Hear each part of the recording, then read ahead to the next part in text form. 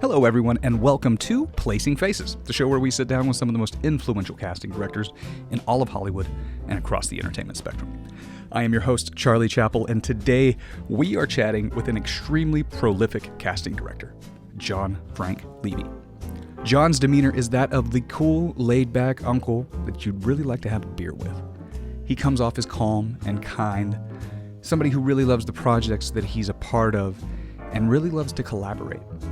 If you're unfamiliar with John's work, well, you're probably not. You've surely seen it somewhere. He was the long-run casting director of ER, The West Wing, Shameless, the TV series Animal Kingdom, Third Watch, and a little throwback to The Adventures of Brisco County Jr. Am I the only one that remembers that one? Not to mention introducing us to Leonardo DiCaprio in Season 7 of Growing Pains. There is a lot of really great information in this one from a man who has done it all. So, get comfortable, and I hope that you learn as much as I did. We were introduced to you through Sarah Isaacson, right? Which is a wonderful episode for anybody who hasn't listened to that yet. She spoke of you so fondly, and I have to imagine there are a lot of people in this industry who you've worked with who have kind of gone on and done their things. There are a few, actually, but not as many as you might think, actually. Yeah? Certainly Kevin Scott is still working as a casting director. But I've worked with a woman named Patricia Noland for many, many years, and she retired from casting at a certain point. Cheryl Cloner was also an assistant of mine, and she moved on as well. Melanie Burgess was my associate for many, many years, and then my partner. She's got 2 little boys at home, so she's taking care of them now. And I have 2 fantastic young women working for me now, Kim Wong and Tawny Tamietti, which is fun to say. Have they worked with you long? Yeah, years now. They each started as interns when we were allowed to have interns. We're not anymore. Sure. But they have gone from interns to assistants to associates, and they're indispensable. I mean, they do all of the parts of it that don't interest me anymore. And they also have great taste and watch a lot of stuff that I don't watch anymore.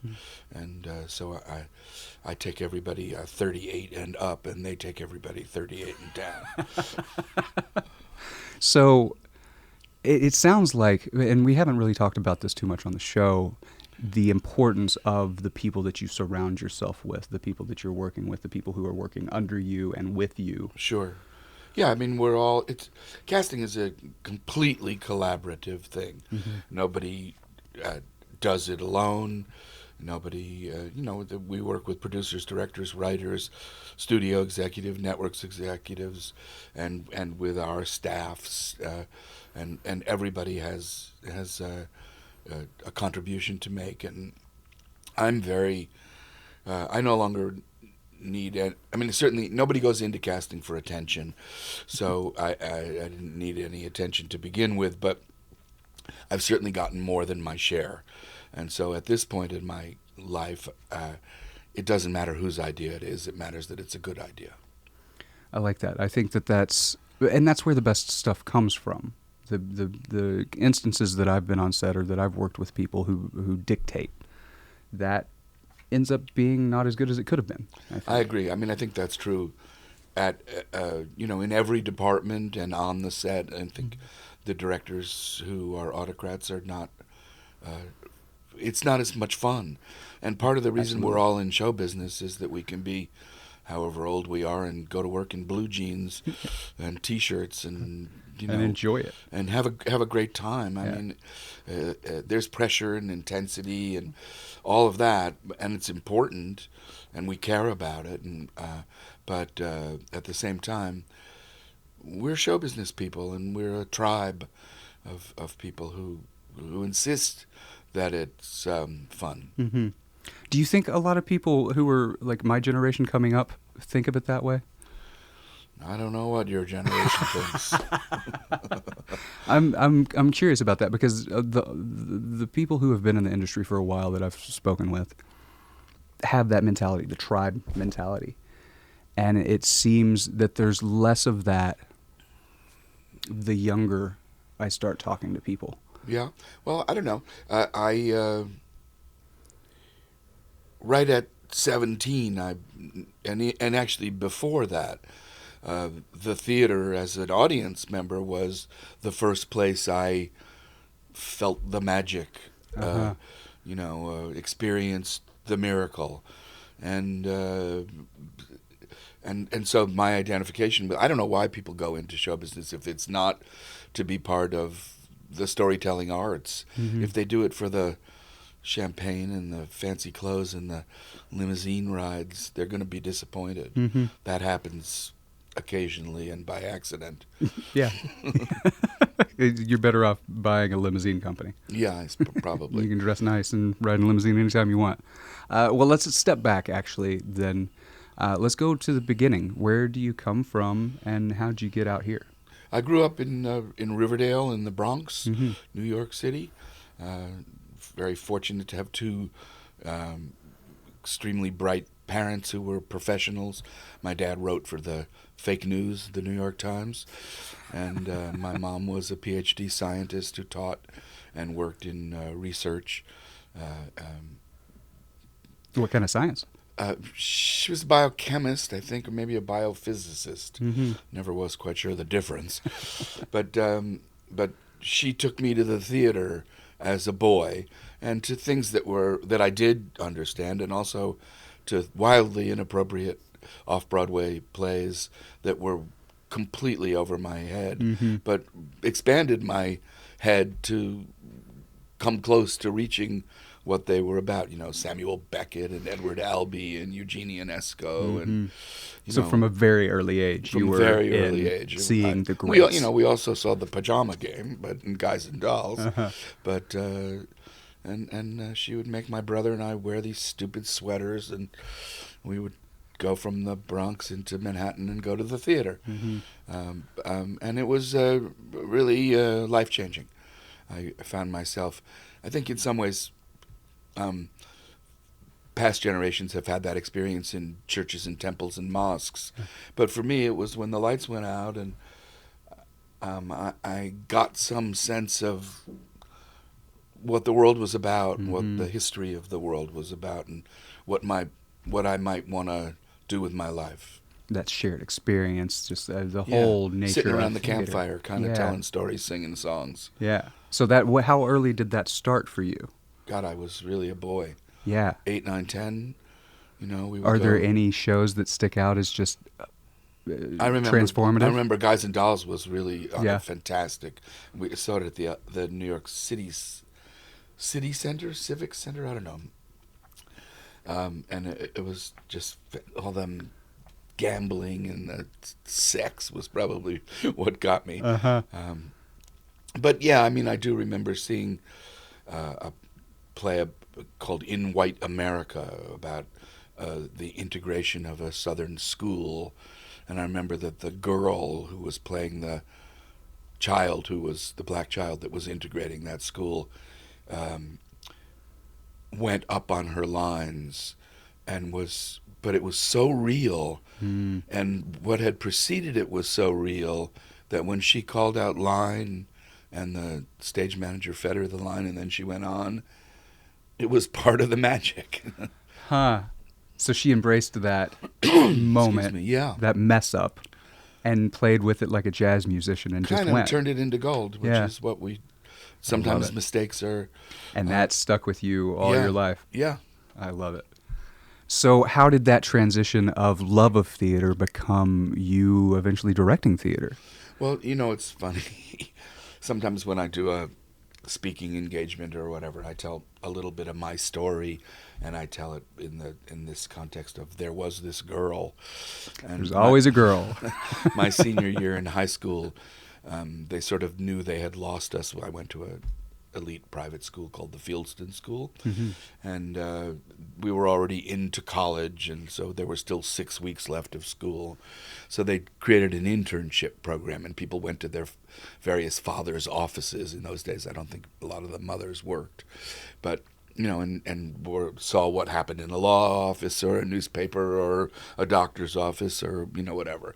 But there was this girl who wanted to be an actress in the senior play, so I tried out for the senior play, and she didn't get a part, and I got the lead.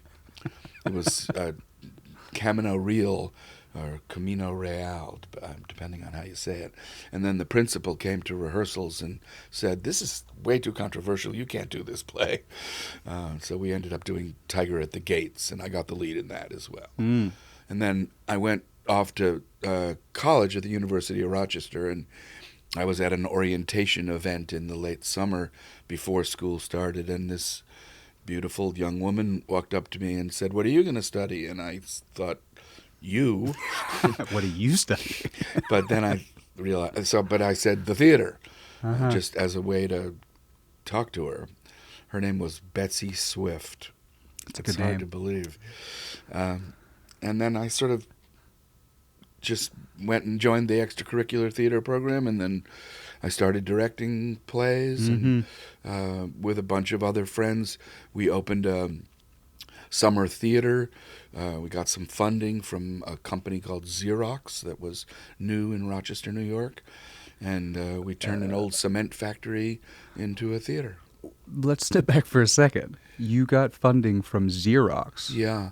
There were 3 of us who went to their offices, and somebody wrote a check for, I can't really remember whether it was $10,000 or $25,000, but it was Sure. a hell of It's a lot of money money. in those days. Yeah. And we emptied a cement factory and built a small theater. Awesome. It was great fun. How long was that in operation? Well, I think it lasted a long time after I left. I was there only that one summer, because then I graduated from college and moved on. Sure. So that era, you're learning about yourself, you're figuring out school, how did the transition after that get you into the industry? Well, there was this girl, and she ended up being my wife and the mother of my children. Mm-hmm. And she was from Kentucky, and she didn't really want to move to New York. And so we wrote letters. You may know what letters are. Oh, yeah. We wrote letters to friends who lived in Los Angeles and San Francisco and maybe a couple of other places. And the people in L.A. answered first.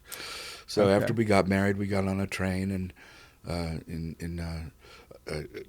in Ohio, and took a sleeper train out to L.A. and started looking around for stuff to do, and got involved with the theater, and directed a play called The Night of the 20th at a outfit which isn't here anymore called the New Artef Players, which is the Artef Players were part of the Jewish theater in New York in the 40s, I think.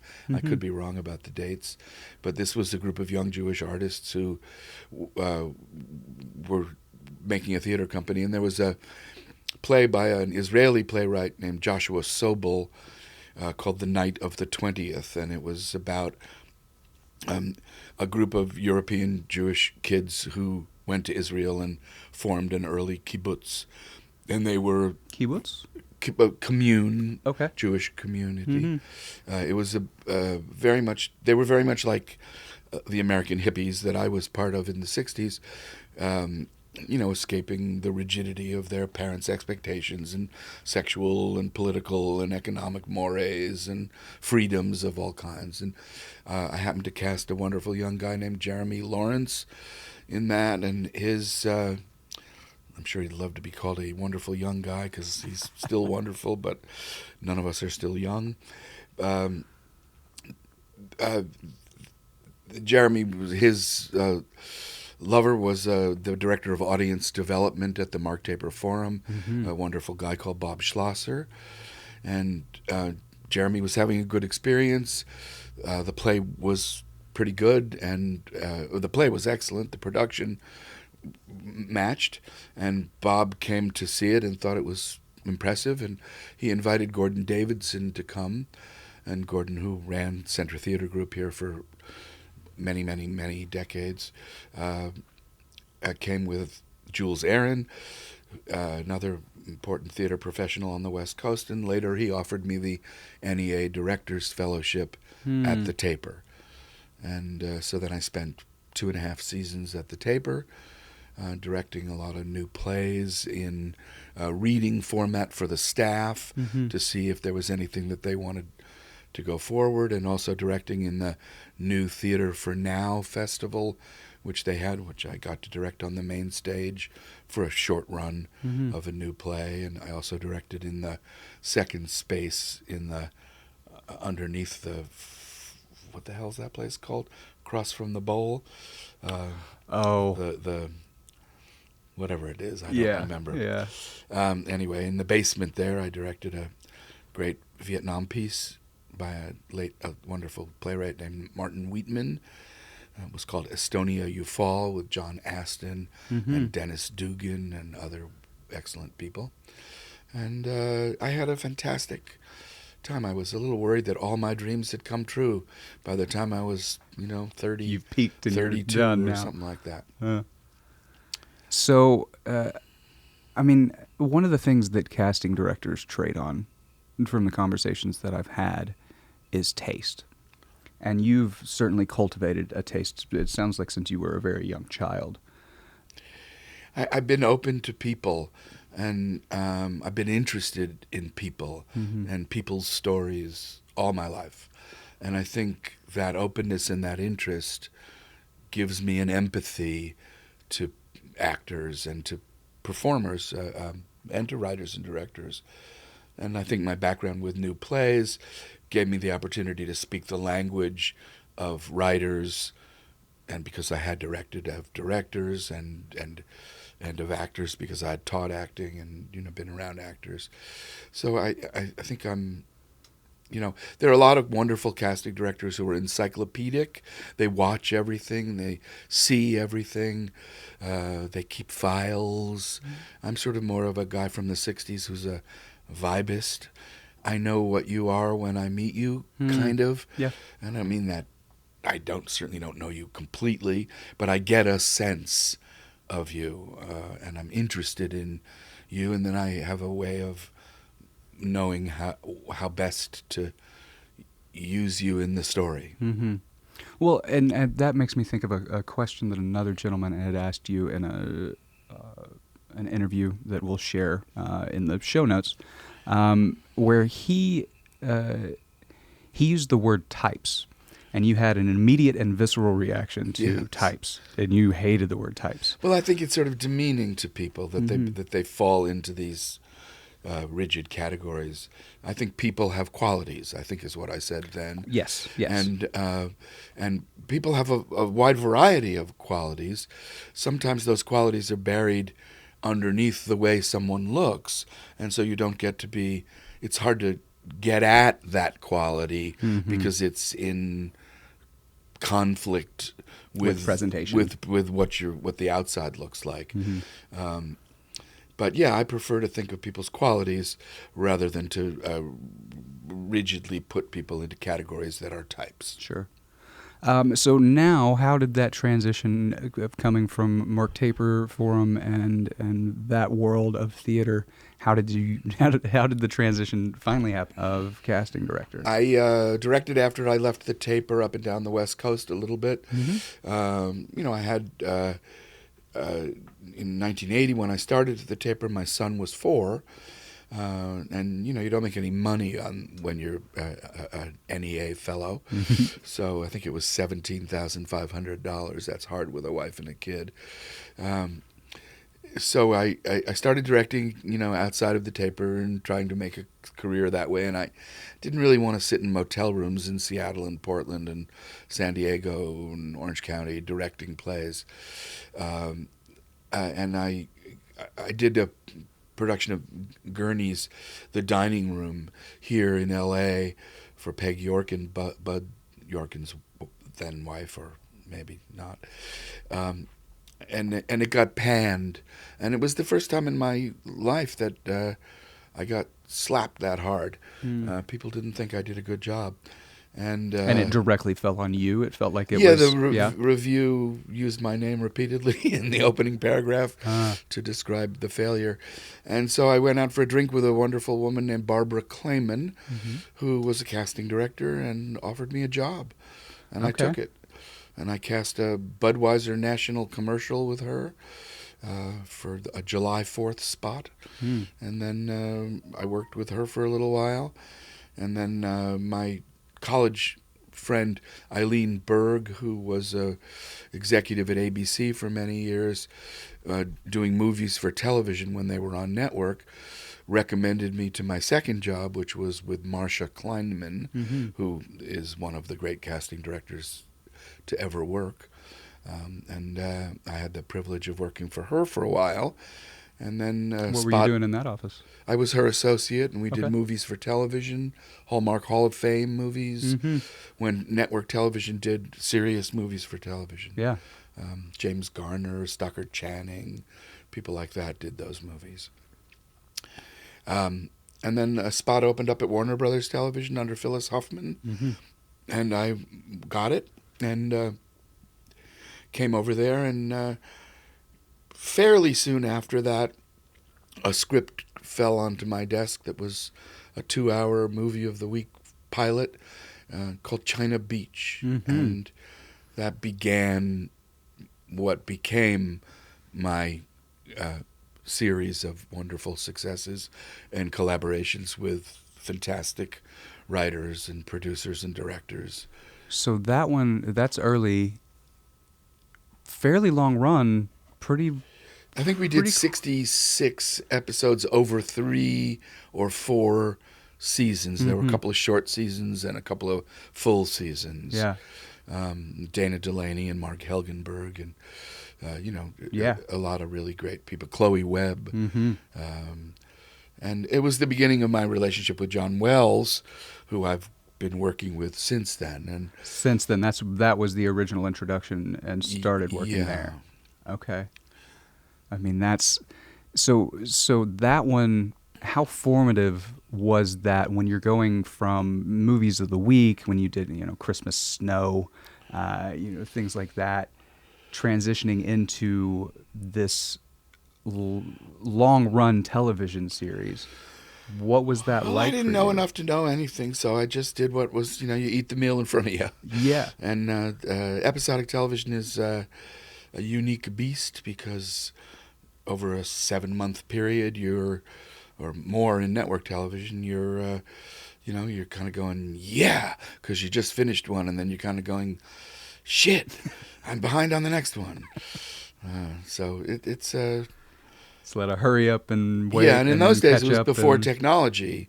So the fact that we actually got delivered envelopes by the go-between from the breakdown services, and then we had to open them and sort them and then go through them.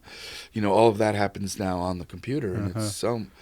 And both China Beach and early ER, were pre. Computer stuff and technology, and there were a lot of guest cast in every episode, so it was demanding. Yeah. Let's go ahead and jump forward because you mentioned ER. It is a show that has introduced us to a lot of faces and a lot of people over the years. You were on this show for all 331 episodes. That's right. That's a lot of television. It's just shy of 2 weeks worth of watching if you don't take any breaks and you don't sleep. It is a lot of television. I think there's a longevity that you've had with a lot of the shows that you've worked that I haven't seen with other casting directors, where you've worked the entirety of a couple of shows, and you've worked on shows that have lasted for a very long time. And the immediate thought question for me then is, how do you keep yourself entertained? How do you keep it fresh? How do you keep it creative over the course of doing the same thing for that long? Well, you don't always, not every minute of every day. But I think the casting director's first job is to fall in love with the project. The development executive's first job is to find the things that are weak or the problems and to participate in fixing them. That's not my job. My job is to fall in love and to, keep my enthusiasm and my excitement going and believe in it with as much of myself as I can muster every day. And I, for the most part, on ER, I was able to do that. Partly it was a function of the extraordinary success, fueled, upped your excitement and your capacity to love the characters and love the people you were working with, and just do it with excitement and enthusiasm. And that's something that John Wells fosters, creates. He has a wonderful organizational system. He has incredible respect for the department heads that he works with. Lots of us have been on his shows for decades. We know each other well. I ran into the set deck guy from Shameless and Animal Kingdom this morning at the bagel place, and he bought my cup of tea and a bagel for me, and we were happy to see each other. He really creates a sense of family. He's often said that we spend more time with each other than we do with our families in some regard, and that he insists that we do it. He has great integrity as a person, so he insists that we start with mutual respect and respect for the work itself. And in that kind of an environment, it's hard to develop that cynical, kind of grumpy.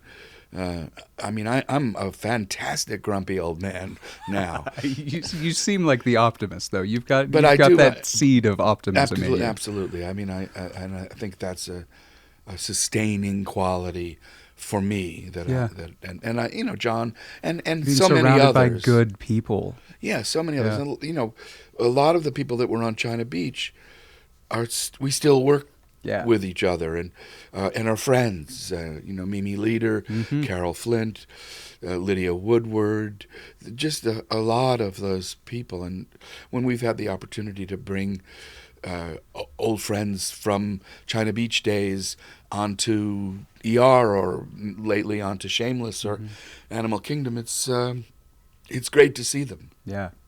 Well, the show ER reinvented itself multiple times over the years, kind of shifting from the group of doctors instead of doing ER Toledo and ER Miami, we stayed in Chicago and just the natural had turnover like a hospital does. Exactly. And I think, did that help keep things fresh? And help sure, keep absolutely. It's the stories fresh. Yeah, I think they had to. The medicine was always the central part of it, and then the personal was, we introduced great characters peopled by wonderful actors, and so the writers would be rejuvenated to tell new personal stories, and we always had so many great doctors on staff who were feeding us medical stuff constantly. So both the medical and the personal stayed fresh. With those reinvention times, when new characters would come in or old characters would leave, did it ever feel like it may fall away when it was, because that show was in its peak for a lot of the time that it was on? I mean, I think it was still the number one scripted show on NBC in its last season. Yeah. I think we could have gone on more if we'd wanted to. Oh, damn, my phone's ringing. Oh, no worries. Where were we? I was just talking about the idea of the show reinventing itself, and how, if that was difficult from a casting standpoint. No, it was exciting. It was exciting. Yeah, I mean, it was absolutely exciting. But, it was incredibly sad to say goodbye to people, characters as they left. Yeah. But Noah stayed a long time, and Juliana was there a long time. Of the originals, George and Eric, and I mean, they were just all so. We got along so well, and it was so. It was exciting, It was successful. It was, that Steadicam thing, and the kind of the sport of doing a 7-page oneer and hoping that the guy who had the line at the end of it, who had to say some medical thing, didn't screw it up, and it had a innate excitement, and we brought in wonderful directors. Quentin Tarantino did an episode. That was fun. And we did a live was he involved episode. with the casting process? Sure, yeah. So that leads me to a question that I haven't asked before.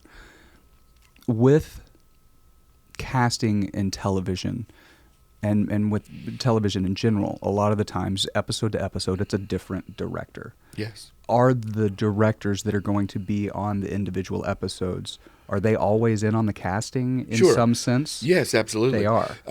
Usually we've had a writing executive producer and a directing executive producer. So the writer's room is sort of one world, and the set is kind of another world. And there's somebody who maybe does 3 or 4, Chris Chulak and Rod Holcomb over the years have filled that role. And then they tone with the visiting directors so that the show has continuity. You want the director, the visiting director, to have some autonomy, Sure. but you also don't want him or her to take the show someplace. Go make NYPD Blue when it's ER. Yeah, or Chicago Hope when it's ER. Yeah. I think, though, if you look at Quentin's episode, it's a Tarantino episode. Yeah, he puts his stamp on things. He sure do. So a lot of, like you said, there's a lot of people whose actors, a lot of actors whose faces we know and love, who kind of came through there. George Clooney's first big role was Dr. Doug Ross. Julianne Margulies of course, is Carol Hathaway. Margulies. Is that right? I've been saying her name wrong forever. Juliana Margulies. Juliana Margulies, of course, as Carol Hathaway. Who I heard was supposed to die in her attempted suicide, but the producers wanted to keep her on board. Oh, no, she tested so fantastically, and her relationship with George tested so fantastically that, and that's a tradition in television. NYPD Blue, I think, was it NYPD? No, it was Hill Street, where Charlie Haid, I think, was supposed to die in the pilot, but that it tested so well that he had a miraculous recovery. Same with Jesse on Breaking Bad. He was supposed to die pretty early on. With all of that, with dealing with with the talent, another aspect of this that we haven't really talked too much about is the work that casting directors do with contracts. And what are the responsibilities of a casting director? Well, I was trained during the China Beach era by a business affairs executive named Beverly Nix at Warner Brothers, who really taught me how to do a series regular deal. I didn't do very many of them, but I could, and I could participate in them. A lot of casting directors just kind of give the deal away to business affairs, and that's as it should be. Yeah. In the studio system, they have a business affairs department, and those people negotiate the series regular deals. But I've done a lot of recurring deals and long-term deals, but not exclusive series regular deals. Okay. But I've learned a lot about it. It happens that the woman in my life is a former business affairs executive, so I'm still getting advice. Sometimes solicited, sometimes not. Let's see. I'm going to step back a little bit. We're going to go back and talk about Growing Pains. Oh, my. Yes, we're going to dig deep here on this one. I just want to quickly mention this one. You came in on the 7th season, and boy, howdy, did you find a whopper of an actor to play a character that I grew up loving. I grew up loving that show, but if you, fair listener, do not know this show or who I'm talking about, Leonardo DiCaprio showed up on the 7th season of Growing Pains. He wasn't really known yet. Only really done a few small TV shows and 12 episodes of the Parenthood TV series. I'm curious, was this just a regular casting situation? Sure. And do you remember anything about that casting? Well, actually, we met Leonardo, and Patricia Noland worked with me in those days, and we read him and liked him and wanted to show him to producers and did. And then he became one of the people we wanted to test. It happened that actually I had I don't know how much I really want to say about this, but my marriage was falling apart at the time, and I had a trip planned with my family, which was one hoped was going to resurrect my marriage. And Patricia went to the network with Leonardo and a couple of other guys, and I have no idea who they were. And she really was the advocate for Leo, not me. Although I was there at the beginning. And he was a kid, and he played a scamp, and he was terrific. I think my biggest contribution there was that we weren't sure if another season was going to happen, and he auditioned for and got This Boy's Life, a feature. And Harvey Shepard, who was the president of Warner Brothers Television, had the right to say, you can't do that. And I remember a conversation I had with him where I said I thought it would be good for the show if we got picked up again, if he did this film, and he reluctantly agreed. And so I think my major contribution to Leonardo was helping him get out of the exclusivity that he had signed up for. That's fascinating. He could have been stuck if that show would have gone one more season and other and things would have worked out. As it turned out. Yeah, but there could have been a lot of different. Yeah. One door opens, another door closes, another door opens. It's absolutely a weird. You just you don't know. I think it speaks to the randomness of this industry. Absolutely. And the sort of, you make a decision in the moment, and you don't know whether that's. It seems like the greatest opportunity of your life, but it might preclude something that might have been even better. This is crazy. Yeah. And this movie comes along. But I'm on this TV show. Right. Yeah, I can see where that would be. I want to talk about wrenches in the works. And what do I mean by that? Are things that get in the way of you doing what you do efficiently from production and working with producers and directors and all of that. Are there anything that, speaking as somebody who directs as well, are there any things that producers and directors could be more mindful of in regards to casting? Well, just sometimes they're so busy that they don't watch an upload or they can't come to a session, or they don't realize that if I don't have it on Wednesday, I can't fix it on Thursday if I don't know that I don't have it on Wednesday, right? And so sometimes just getting everybody's attention in a prompt way is difficult. But I think for me, the thing that's been the most difficult is never writers, producers, or directors. It's the advent of technology, which has increased the supervision by studios and network. And so that whole approval process has become gigantic. The network used to be involved in series regular casting and major arcs of recurring characters. But even as recently as ER, because it was pre-technology, you would just say, hey, we're going to use so-and-so for such and such, and they would go, sure. And they didn't watch it, they didn't see the auditions, they didn't have any information that gave them criteria to say yes or no to something, except maybe previous work if it was a known actor.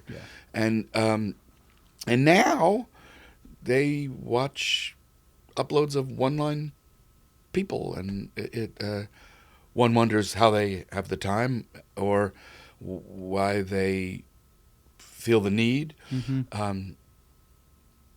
It seems to me that everybody has an opinion on what you do specifically. It's true. Whereas less people are going to say that cinematography sucked, or the sound was wonky, or any of that stuff. But if the casting was weird, or if they really loved the casting, more people tend to pay attention to that. It's the actors who are on the screen. And it's the actors the audience either likes or doesn't like, or believes or doesn't believe. And so everybody has an opinion, And you have to navigate that. Well, now we have to navigate it in this approval process. And it can be frustrating. And, I think it's one thing if you're talking about a first-time executive producer and a group of people who haven't worked together much, or but I'm not talking about me, but I'm talking about John Wells. I think a junior executive at a studio or a network that thinks they know more about what John wants in a part than John thinks he knows. I think that doesn't add up for me. And it's not anybody's fault, and I don't resent the person, or of course, it's not personal at all. Yeah. They're well-meaning, and they're bright, and they're talented, and they're doing what they're paid to do. But I liked it better before they could be in your office with you without being in your office with you. I understand. They had to physically be there, or yeah. How have you had to change the way you navigate that side of things? Yeah. I'm a blunt person. Oh, I can tell. Yeah. I hope I'm not rude. No, I don't rude. mean to be. No. Even but if you I say disagree, what you're thinking. I'm sort of paid to be an opinionated person. Absolutely. So I'm opinionated, and I'm not. So I've had to learn how to be a little more diplomatic than my nature. Do you have any advice for, say, up-and-coming casting directors or casting associates who are about to get into navigating that kind of situation and having to convince people that this is the right person for the job? Or I think make your point and make it professionally and respectfully, and then accept the reality that it comes down without it becoming a conflict between you and them. There's no. Ultimately, what I think is just what I think. And, what ends up happening is what ends up happening. I can only try to influence it for the better of the show, never for self-aggrandizing, because I'm not interested, but always passionately, and I hope always respectfully. Yeah. Let's talk about West Wing. The West Wing. The West Wing. The West Wing, yes. I know how important it is to get every word in an Aaron Sorkin script, so we're going to say The West Wing. It's created by Mr. Aaron Sorkin. It stars Allison Janney, John Spencer, Rob Lowe, Bradley Whitford, who's incredible, Martin Sheen, also incredible. I could go on and on for ages with all the faces that show up in this show. Let's just start with the big question of how you came to find yourself attached to this show for the pilot. Well, it was John Wells. It was a John Wells show. Developed, created by Aaron, developed for Tommy Schlamme to direct. But it was John's deal at Warner Brothers and John's relationship with NBC that got it ordered. And so it was a John Wells Productions for Aaron Sorkin. Yeah. And I was by then John's casting director. Embedded. Well, I'm very curious about casting the President of the United States. That it's just a role that requires a certain gravitas that a lot of actors may or may not have. And I've read that. Do you think the presidency requires gravitas? It used to. The Saturday night tweet storm. Well, I've read that the incredible actor Sidney Poitier was the first choice for the president. Is this not? The look on your face tells me that maybe what I read. Sidney Poitier is a fantastic talent. I don't. Because that would have made a much different show. I don't remember that may have been discussed at some level way above me. Okay. I was never part of a conversation about him. Okay. We read some people. That the president wasn't a series regular in the initial concept. Because the story was originally around Sam, right? It was about built the West around Wing. Sam, around the West Wing. All of the people, all of the other characters, and POTUS was just going to be a recurring character, and we read some wonderful guys for that part during the John Cullum I think was close to getting Sean Cullum was. that Because I part. read Hal Holbrook was up for it, Yes, and Alan Hal Alda. all of those guys. Yeah. Yeah. Who actually ended up coming and playing the Republican rival later in the election. I love Alan Alda. He did a spectacular turn on ER Yeah. before that. Yeah. Did the character change? I mean, I guess it did. Of the president when Martin Sheen became the president. Sure. Well, Did the role immediately adjust once immediately. he was attached? As soon as he was attached, it became a regular. Okay. Or shortly thereafter. And I think Martin had been in All the President's Men, and I don't think he played the president, but and Martin had a certain sort of Kennedy-esque quality, and maybe more Bobby than John, but he had that quality. And also Martin was very politically active as a person, and I think, I don't know for sure, but I think Aaron evolved the character from watching what Martin brought to the character. Martin was fantastic. Yeah. He's a guy you could watch paint a wall. He's just I don't know if you've ever seen an early Terrence Malick movie called Badlands. Oh, yeah. Yeah, I've seen Badlands. With Sissy It's incredible. Spacek and Martin Sheen playing something very different than Jedediah Bartlett. Very different than Jedediah. So I work with an acting coach and a teacher when I'm not making things. And I've worked a lot of Aaron Sorkin and a lot of David Mamet. John Patrick Shanley kind of falls in there as well. And there's a certain, I don't know how important the pacing is and the writing itself and understanding the material is. And I'm curious, over the years, how many actors don't get that? How many actors does that not click with? There are certain actors that have a facility with language that matches up with Aaron's writing style. It's very different than Mamet, very different. Yes. But there's still an importance to the words and the pacing. Well, I mean, I think every writer has the importance of their rhythm. Aaron's rhythm just happens to be damn fast.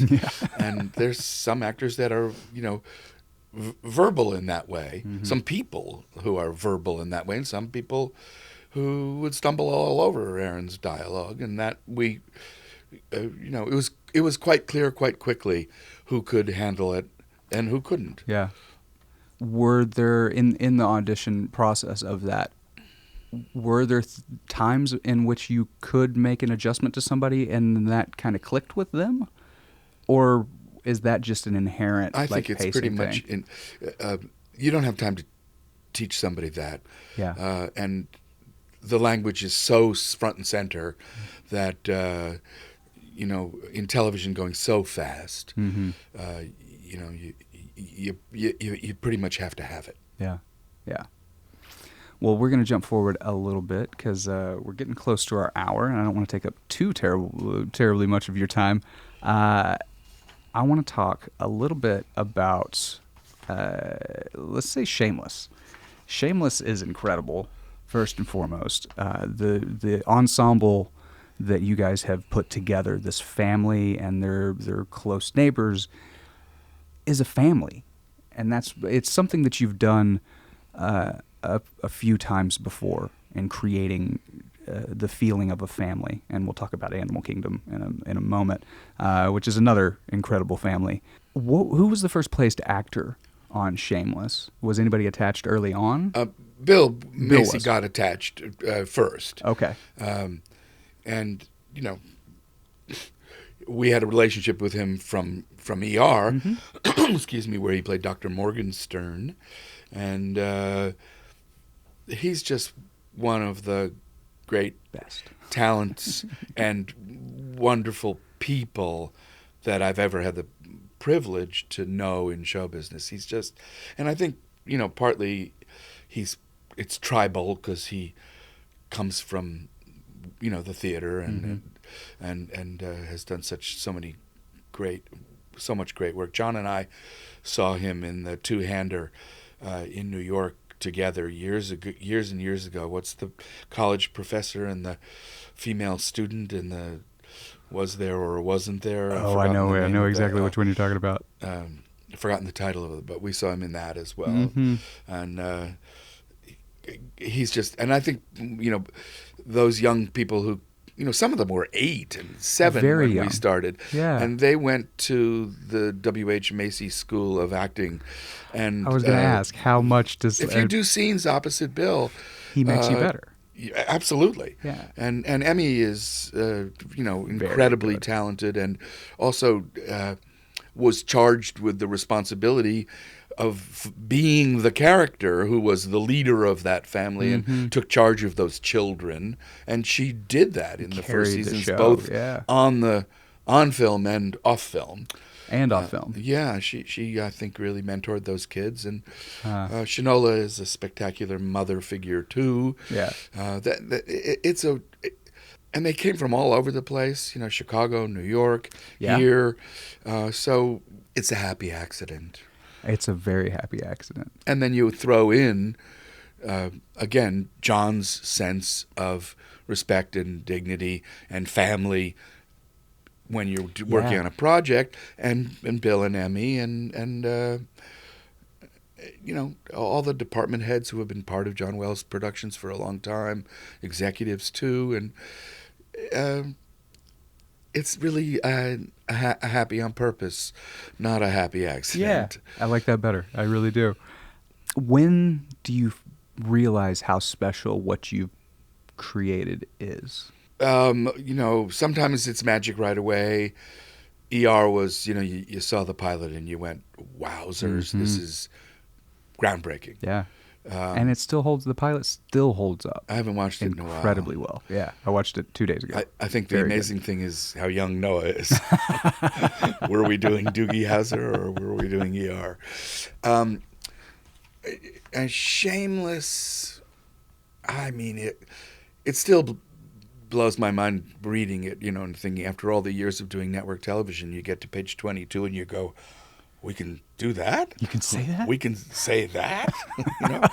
And an hour is a full hour on Shameless, which it's really dense. There's a lot going on. Yeah, there is. It's been wonderful at this stage of my life to get a chance to work on Shameless. And I love Nancy Pimentel, who's John's number 2 in the writer's room, and O'Malley in the old days was a kick and a half to work with Michael, and the directors that we've worked with over the years. Just been so much fun, and I love it. And those kids are now bona fide talents. Very much. They're not just qualities. They have skills and a bag of tricks, and all of them do. I've talked a little bit about it on the show. It's the idea of repetitions. What makes you good at things is getting repetitions in that thing. Sure, at bats. That's it. Do it more, and you will get better. Or if you don't, then you probably got to do something else. Then stop doing it and go. You make baseball bats. Whatever you got to do, but the idea of repetitions, and more importantly, the idea of repetitions that are good repetitions. Sure. I grew up playing baseball, and my father always yelled out, "It's not practice makes perfect. It's perfect practice makes perfect." So when you're working with better, you get better. Yeah. And talking about working with Mr. William H. Macy every single day in and day out, and working with Emmy Rossum, and you get better. You're forced to get better. You're better. Yeah. You've done a lot of work with different distribution models. You've worked in cable, you've worked in network, you've worked OTT, which OTT? is over the top, which is like your Crackles and your Hulus and your Netflix. I couldn't find that with both hands. Well, you did a show called Chop Shop yes. a few years back that I wanted to mention because a very lovely friend of mine, Mr. Hayden Cito, was on that show. People probably know him as Edwin on This Is 17. And I'm curious about these different models. Is there a difference in how you approach network or cable or any of these other ones as opposed to how you approach Well, sure. one I or mean, the other? when in basic cable, which is what Animal Kingdom is, we have a certain amount of freedom, and we take every inch of it. But in pay cable, we have even more freedom, Okay. and we try to embrace that as much as we can. Dealing with the nature of the content, sexual content, violence, and ideas, and just all of it is the freedom of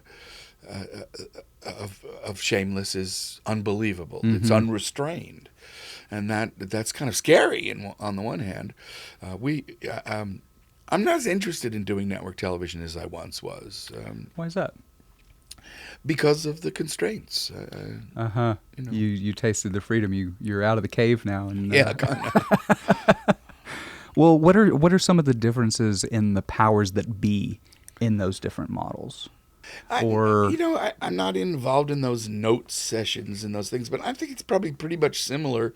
Everybody's doing their jobs, and the development people at the network and the studios are giving notes, and the notes they're giving are a result of their experience and their observations, saying, well, this isn't landing for me, and might it land better if we tried that, and I think the writers participate in those note sessions, and then because we're a group of people who've been working together a long time and have had considerable success, I think I can't speak for them, but I think they feel free to take notes and not take notes, and move forward and with their vision of how they think the show can be the best that it can be. But we're all serious about trying to do it good, Yeah. And we want it to be good. Nobody sets out to do a crappy show. Nobody ever talks about that, but it's so true. Like, you think about it, anybody who's involved in any project wants it to do well. Yeah, and not just succeed, but be good. Yeah. Be true to your vision. Be what you want it to be. Yeah. Sometimes you just want to get it done, but sometimes you always want to get it done well. Yeah. And that's something, again, that John and the people he surrounds himself with have always, we're a village that has standards. And has raised some incredible children on television. Yeah, I think that's, I'm proud to have participated in that. Yeah. As I said, nobody does my part of it alone. That casting by is probably a little too much credit. I think, we it's totally collaborative. I never do anything alone. Yeah. And that's both, that's very reassuring. I have help. Well, and I think you have to have help. If you wanted to do something alone, you should go paint, or you should go Absolutely. do something that we totally depend on each other. Yeah. That's what the storytelling arts are about. Well, there's this great little article on Backstage where you give 7 career tips. We'll link to this for people to check out as well. But I wanted to talk about one of your points. In it, and it's apropos, you talk about collaboration and how it's key. And how, especially within the collaborative nature of theater, you end up working closely with the writers and artistic directors, and it's what it all comes together to make the production.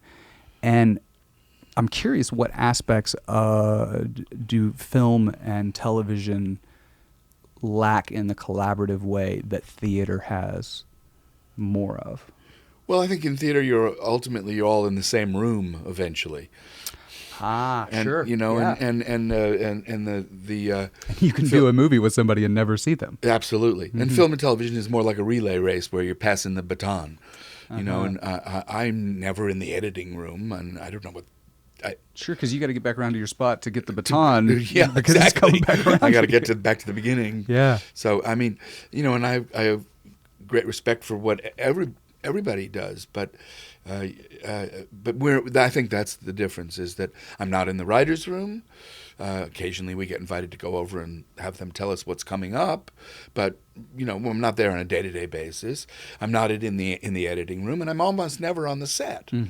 I'm here with my face in the computer, looking at pictures and resumes and picking people to audition for next week's show. Yeah. And sitting in Kim and Tawny's office doing the auditions and helping actors try to find it, or just keeping the room moving. I'm mostly the front of house now. Tawny does all the reading, and Kim does all the shooting, and I bring people in and out and introduce them and try to keep people loose. I kind of play the fool out there in the hallway to make everybody relax. Interesting. That's the opposite way, I think, than most casting directors do it. Why? Try to keep it dry. Well, being front of house, being like you being Host. jokey and hosty and having fun with it. Like I do. Listen. This is No, I really dig that. I think that's great. It's fun. It's so much fun to.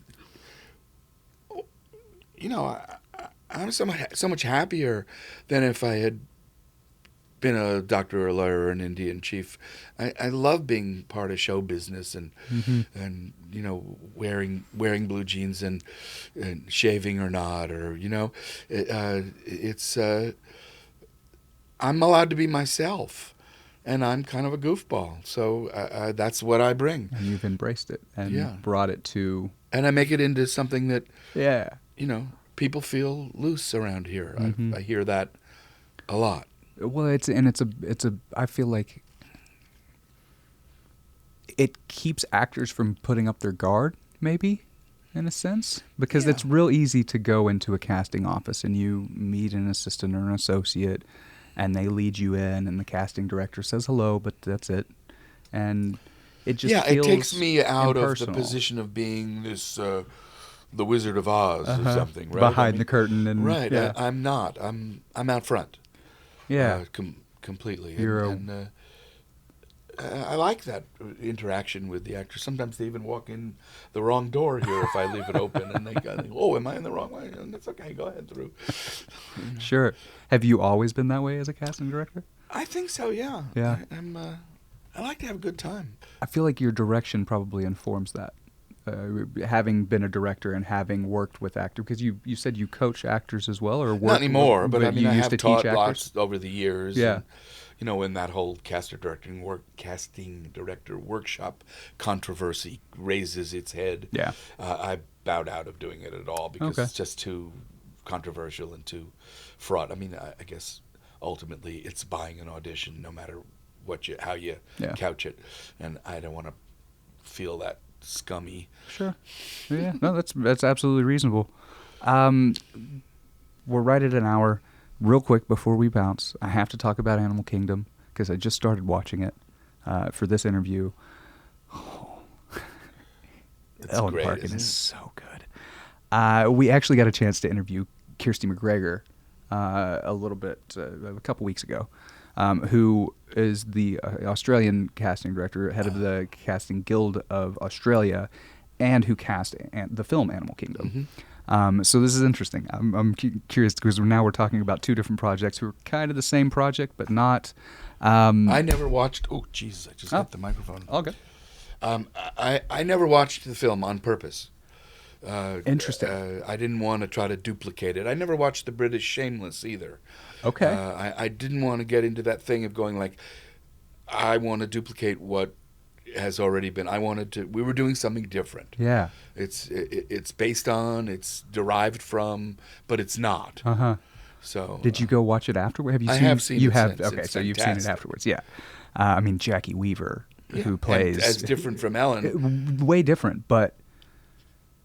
And that's what's fascinating to me is having an instance where you can see two people who are playing not the exact same character. One's Australian, one's set in California. They're different shows, and a film format is much different than television. But to see two different takes on essentially the same character, right? But it goes back to the beginning of what we were talking about in a way. Ellen and Jackie are different on the outside, and have different qualities that are related to their looks and related to their experiences and related to their upbringings. Mm-hmm. And so they naturally bring differences. Ellen couldn't do what come Jackie in and done Jackie did, Weaver. and Jackie couldn't do what Ellen does. Yeah. And they're both viable, valid, and brilliant. Mm-hmm. Yeah, I mean, but actors are funny creatures because they're the instrument and the player at the same time, and they're what they look like and what they are inside at the same time. Mm-hmm. And nobody, piano players have 88 keys. They're in, theoretically, if you press the 43rd one from the left, it sounds a certain specific way. And it'll always sound that way. Exactly. Yeah. Yeah, and an actor is much more you don't know what's abstract coming than out that. sometimes. Yeah. You've cast a fair few families. Are there any tips that you have from your wealth of knowledge on how to begin assembling a realistic TV family? Animal Kingdom was, at least it was, we had an advantage because they all have different fathers. So we didn't have to create that. But then there was, the Finn, who plays Jay, was the son of the twin of Sean Haddisey's character. So there's some, that's genetic that we wanted to try to find. And they do have a facial resemblance. And but I guess the negative way of saying is don't start with a redhead, because then you gotta then you're stuck. Everybody's stuck. Everybody's got to be a redhead. I think that's great advice. Don't start with the redhead. John, I think I'm going to have to let you get back to work. Unfortunately, I've got tons more questions. We'll have to do this again sometime. Can people follow you online? I'm not. I don't participate in any social media of any kind. What I projects? like to keep my privacy to myself. I think that's absolutely reasonable. I think more people should. Me too. I wish more people would. What are you working on right now? Where can people see the things that you're doing? We're just coming to the end of season 4 of Animal Kingdom. I think we have 3 more episodes to go. Mm-hmm. And then we have a couple of weeks off, and then we start season 10 of Shameless. Hoping to do... I'd love to do a piece on a streaming service. We haven't done that yet. Yeah. That would be fun. So if there are any executives listening from Netflix, we're available, not exclusive to Mr. Wells. I just... I want to keep being stimulated and having an opportunity to grow and change as a person. And that's what... one of the things that my work provides me is a world to be in where I get to have a lot of experiences that I wouldn't have just in my own little narrow life. I'm not part of the Shameless family in my personal life, and I'm not sticking up banks in my personal life, so or running a hospital, or being president of the United States, or any of the worlds I've gotten a chance to live in. So this job has given me such a fantastic opportunity to see the world. Isn't that what they say? Yeah. Join the army, see the world. No, come into the entertainment Become a industry. casting director, see the world. Pretend to be a bunch of different things. Yeah, and I hope to continue doing that as long as I get the great support from Kim and Tawny that I get, and the collaboration with the colleagues and that I enjoy so much.